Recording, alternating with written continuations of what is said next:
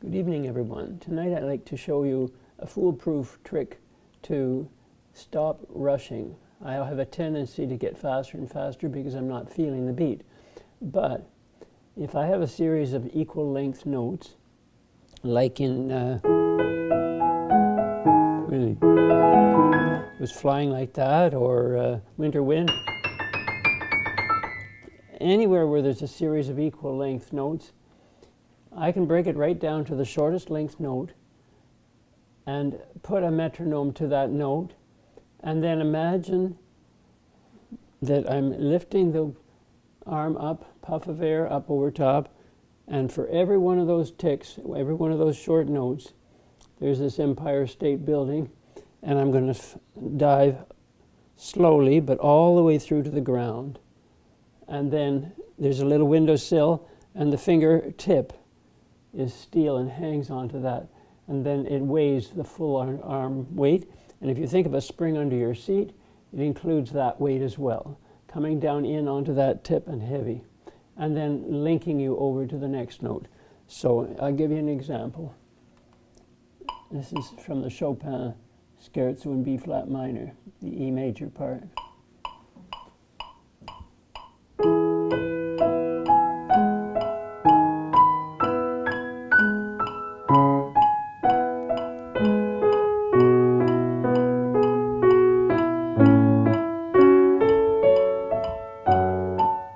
Every note has to have that vertical playing down to the strength of the finger and taking and balancing the weight and linking it over to the next note. So if I did it with the E flat, the Schubert Impromptu Opus 90 number 2, the E flat major.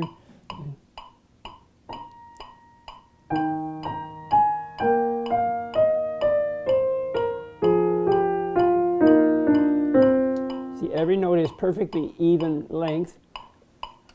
Every note's a perfectly even length because I'm trying to mount that distance with the finger strength as I come and take the weight with the strength of the finger, the tip, the grip of that steel tip, after I dive slowly right through to the bottom and then hang on it. I can, and then have that little bit of a snap toward me with the tip of the finger. I can take just the amount of tone I want for the color and keep the wrist like a wave, movable. I can do it with, even in something like Clair de Lune. In the hard part, I can put it for the 16s. I've got that up loud, so it doesn't need to be that loud. But, so I can think,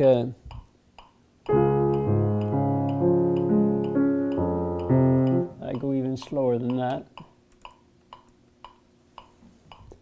so that each individual finger is trained to be correct, doing something positive during the length of that sound rather than just moving ahead because the melody moves ahead. Get the basic rhythm underlying it first.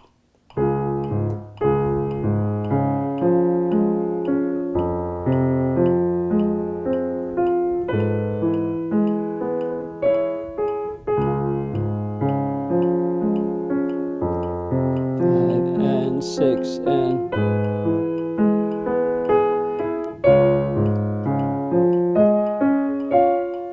something like that. Or I can take in the winter wind, I can put a separate note for each, a separate take for each note.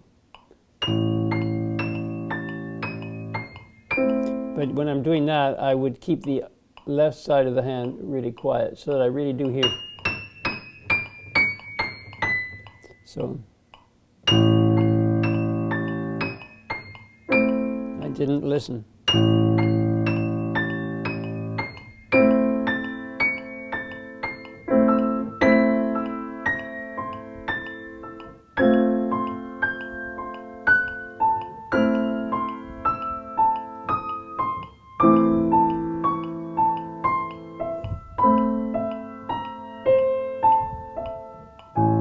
That kind of thing. Or I could take Liebestrom, I could go.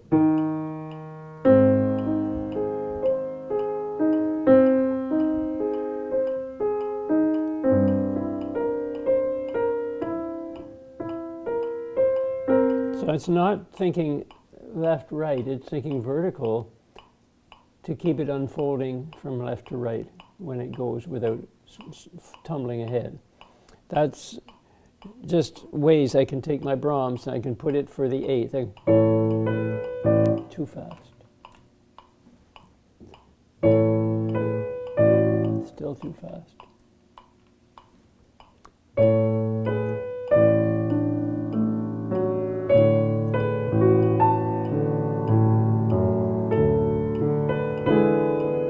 So if I can think of a puff of air before each one of those ticks, it lets me do the sequence vertical so that I don't just tumble left, right.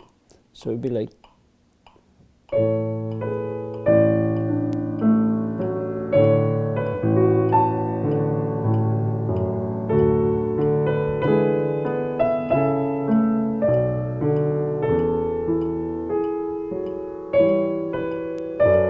I could take my E flat major Chopin Nocturne, I go.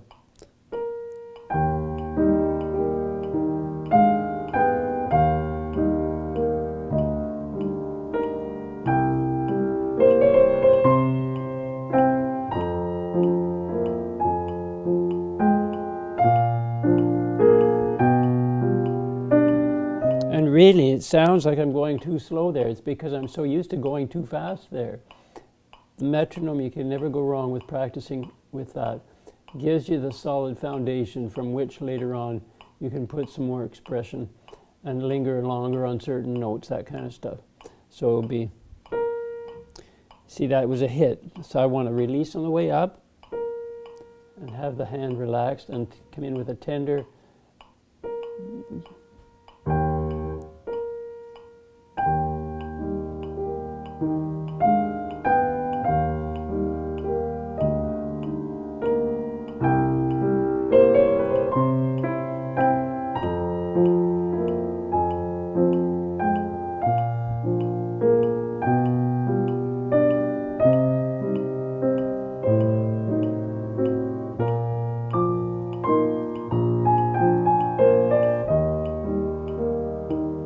Just every note counts in.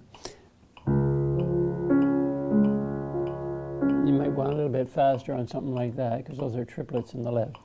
And there's 4 triplets is in 4/4 times. So 1, 2, 1.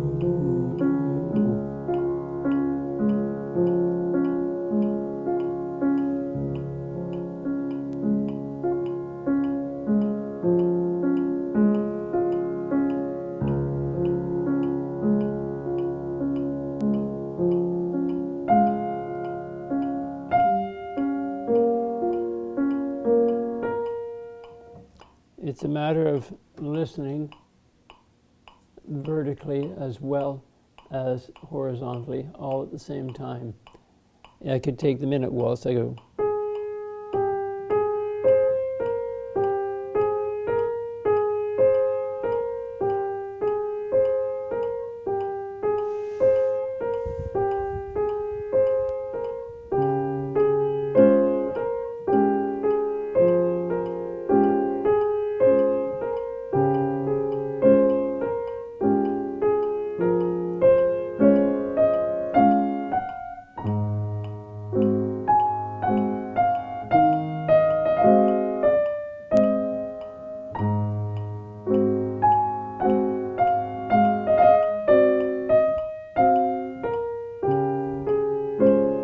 Like that.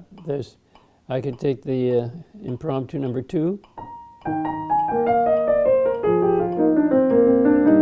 I could take the number 3. See, that first note I want it to sing, so I really have to. If you want the Horowitz sound, you need to make that melody sing out, but not have it harsh. It's got to have precious sound to it. Just a little bit of snap.